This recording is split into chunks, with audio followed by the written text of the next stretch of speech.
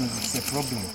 Nyeko has over 140 acres of upland rice and a sprawling paddy covering over a kilometer in Pariech sub-county or May village in Amuru district. We started with like 2 acres.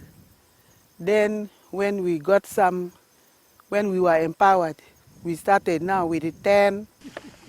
The first stage in rice growing involves clearing the garden like is done for many other crops to minimize the threat of weeds. Since she has vast land, Nyeko uses a planter to cast the upland rice seeds, unlike other rice types which are transplanted from nursery beds. When the soil is not very dry, it normally takes 4 to 5 days to germinate. Weeding is important to ensure that the rice grows well and the harvest is good. Start weeding the rice at the early stage, so that by the second weed, they can now start growing. She employs the locals to do the weeding and pays each of them 30,000, 50,000 shillings, depending on the amount of work. When the grass is too much, they can even charge us up to 70 an acre. She explains that after the rice has fairly matured, 3 to 4 months after planting, most of the weeds will die due to lack of adequate sunlight. Down. The demand for casual laborers is high on the farm, so many more are drawn from neighboring areas like Pakwach in Nebi district in Lira.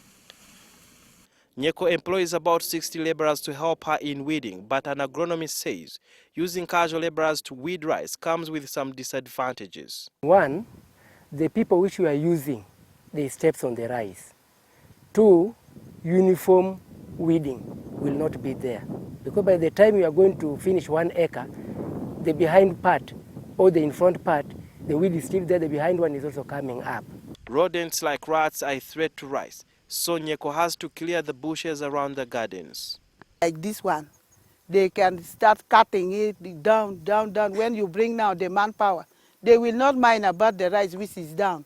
They will keep on cutting that one which is up.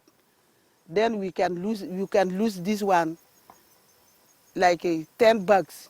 Although grasshoppers are a delicacy to many people in Uganda, for Nyeko they are a big problem. During seasons like November and December, when there are so many, they always infest the plantation, sucking out everything from the rice that could have formed the seeds.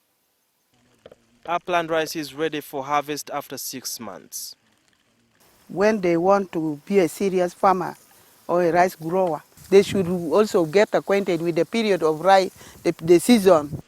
Nyeko harvests at least 20 bags of 100 kilograms each for every acre of land. This means she will harvest 2,800 bags of rice from the 140 acres she cultivates. Nyeko says for every 100 kilos of rice with husks, she gets 60 kilos of milled rice. She owns a mill in Gulu town, where she cleans the rice, sorts, then packs it for sale. Each kilo of rice goes for about 2,500 shillings. But the farmers here are grappling with the challenge of a small market. In order to reap better, Nyeko always stores the rice and waits for a season of scarcity. Around April next year, you will get about 2,800. You can even go to 3,000 a kilo. Nyeko, who plans to expand the rice acreage, speaks fondly of her achievements from rice growing. I have 2 houses in town, which is valued at 450 million. She started with less than an acre of land, but has since expanded acreage to over 140 acres, and the proceeds are good. Sudhir Byruhanga, NTV.